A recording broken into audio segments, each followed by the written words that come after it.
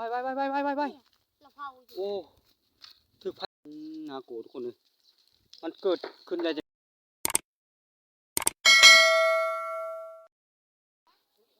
กราบทักทายสบายดีบรรยากาศยามแรงและก็สวัสดีเพิ่นฟังลาวฟังไทยมื้อนี้ก็บ่มีหยังหลายทุกคนเลยสิพาทุกคนเลาะทุ่งไร่ทุ่งนาก่อนทุกคนเอ้ยบรรยากาศหอนยามแรงทุกคนเลยตอนนี้ก็บรรยากาศยามแรงทุกคนเลยคนอื่นก็เข้าส้มก็จะลืมทุกคนฮักแพงกันคือเก่าอย่าทิ่มอย่าปะอย่าละอย่าไล่ทุกคนเอ้ยผิดพลาดประการใดขอโทษขออภัยมื้อนี้ก็เลาะทุ่งคนทุกคนเลยเลาะพุ่นละไปตามตรงนั้นตรงหน้าไปหาวิ่งเย็นหางูหาควายก่อนทุกคนเลยโอ้ยว่าแต่แม่ตัวขึ้นตัวที่ดูบรรยากาศทุ่งไร่ทุ่งนาทุกคนเอ้ยตอนนี้พระอาทิตย์ตกดินแล้วก็ยังร้อนอยู่ทุกคนเลยก็เลยเลาะบรรยากาศตามทุ่งตามข้างก่อนทุกคนเลยหาเนี่ยไข่หมดแดงนี่หาควายนี่เลาะพึ่งควายก่อนทุกคนเลยควายประมาณทุกคนละจังไดเลาะลิงพาทุกคนพึ่งสภาพอากาศในวันนี้ทุกคนเลย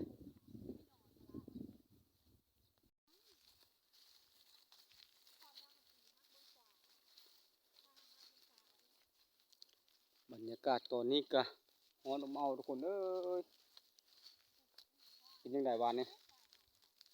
เกิดอะไรไฟไหม้ป่าบนไรทุกคน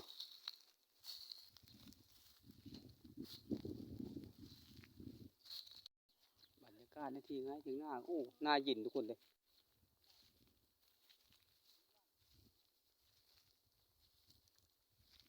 ทุกคนเลยคือจะเห็นละควายแมนบอกคือสิแมนแล้วทุกคนเลยคนหอดแล้วทุกคนเลยคือว่าเขาก็มานอนยินอยู่แถวนี้ทุกคนเลยมันนี่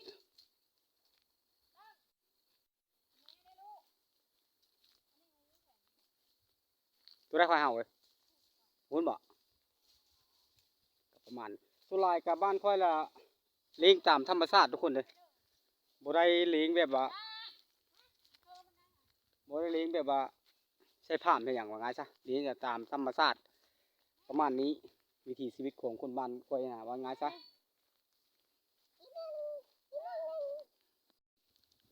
คือว่าประมาณนี้ทุกคนควายก็ได้นี่ครบบ่ประมาณนี้ทุกคนเลี้ยงการเลี้ยงวัวเลี้ยงควายค่ะทำนี้ละ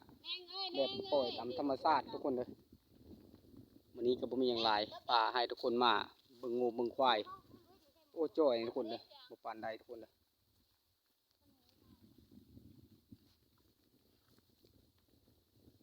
6 7 8 ตัวทุกคนเลยควายก็ได้มีแต่หาหมดแดงทุกคนบาดนี่เข้าใกล้มันหมอจะเข้าใกล้มันไหมเป็นแต่จังไรวะไผ่ป่าไผ่ไม้ป่าบ่ทุกคนนะคอนกรุบคอนโกมอยู่เนาะเห็นควายแล้วก็ไปหาทั้งไข่หมดแดงทุกคนเลยพอได้มาเก่งมือกินทุกคนเอ้ยหาห้างหมดแดงทุกคนเลยเลี้ยงตัวเห็นแล้วทุกคนเลยจังแล้วมึงดูตัวห้างมึงยังไงอุ้งโมงใหญ่ละโอ้นึกต้นมงเขาเนาะหาแล้วบอก3 หั่งนะฮะหาหมดละหามันไปทางใดบ้านนี่ใช่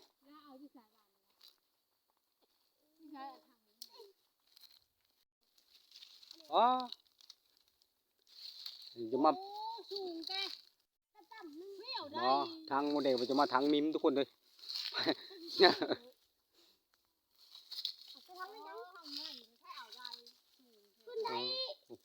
ทางมิมทุกคน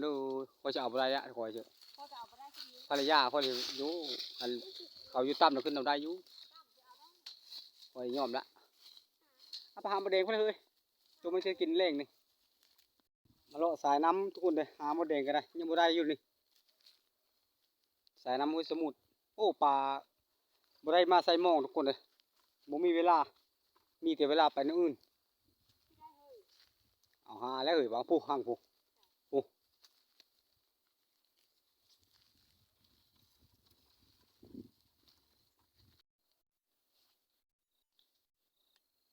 ห้างมดแดงก็บ่ธรรมดาทุกคนเด้อ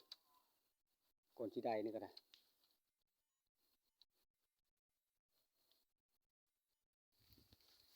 แม่นเอาทุกคนเด้อได้บ่จังได๋แม่นได้ล่ะอย่าได้ตกน้ำแล้วโอ้ตรงนี้โอ้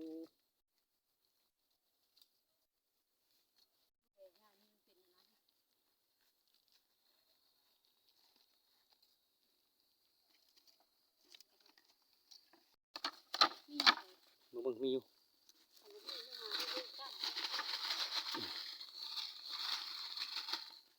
ประมาณนี้ทุกคนเด้อมีแตะแม่เขาทุกคน เฮ้ยไม่ใช่จ้ะ ห้างมดแดงโอ้ยทุกคนเลย ต้องพูดเลย นั่นแหละ หน้าตู้ ไปเบิ่ง เดี๋ยว เอา มันโป่ง โละทงโละขังทุกคนเอ้ยมันนี่แต่ว่าหาไข่มดแดงได้หาควายเห็นแล้วก็หาไข่มดแดงประมาณนี้ทุกคนเด้อได้บ่จังใดทำบ่ได้หยังก็พาทุกคนมาชมบรรยากาศยามแลง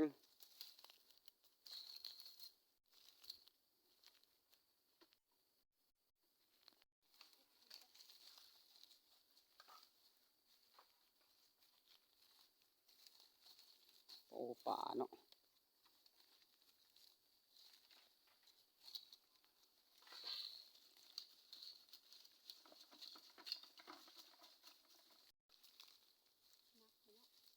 ทางเล็กทางน้อยเก็บไปพอได้เป็นส้มทุกคนพอได้เอามาแกงใส่ป่า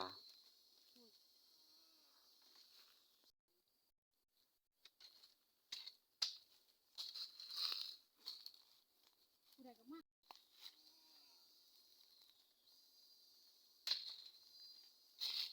ใส่ไม่ละทีมีขาตัวอีกนะตัวมันออกมา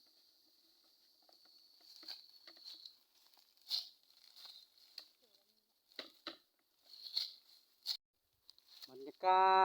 ศยามแรงทุกคนเห็นเลยเห็นดีแล้วทุกคนเด้ออังบรรยากาศกระท่อมน้อยๆทุกคนนี่ห้างนี้เลยสองห้างเมื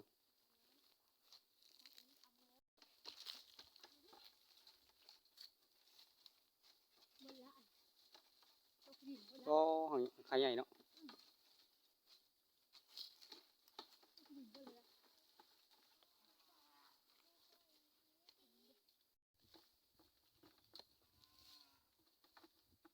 ขายใหญ่อยู่ขาย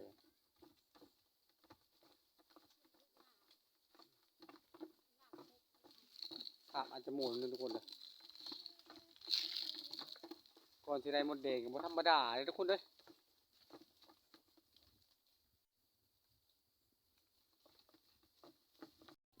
โอ้ทุกคนเลยบรรยากาศเทียงนี่กะเย็นทุกคนเอ้ยโอ้โหคัก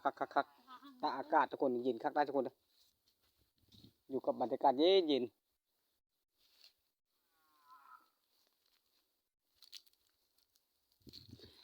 ทุกคนเลย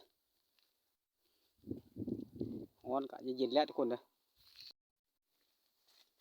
เลาะผ่อนคลายตามทุ่งไร่ทุ่งนาทุกคนเลยอยู่บ้านร้อนเกินร้อนแท้ร้อนว่าประมาณ40 องศาได้แหละทุกคนตามเบิ่งเลยถือว่าประมาณนี้ทุกคนในคลิปนี้ก็เบิ่งก่อนทุกคนนะเบิ่งมดแดงก่อนทุกคนเลยเบิ่งกอันนี้นะทุกคนเลยประมาณนี้นะถือว่าโอเคอยู่ทุกคนใช้ได้อยู่พอได้เป็นอาหารล่ามคนเอ้ยขากลับให้ล่าม เฮ้ยแหไม่เอาพี่แจ๋วให้อุดเอา โอ้ไผ่ทุกคนเอ้ยไปเราเผาอยู่ โอ้ถือไผ่ทุกคนเลยโอ้ตุ๊ไปแล้วจะระเบิดได้ทุกคนเลยก่อนกลับบ้านกันไว้จบคลิป แต่กูก็ถ่ายให้ทุกคนได้เห็นไผ่พระรามป้าทุกคนยังไผ่ยังน่ากลัวทุกคนเลยมันเกิดขึ้นได้จังไงวะไผ่นี่ก็ได้สงสัยเขาเจ้าตู้ตะกร้าตามเบิ่ง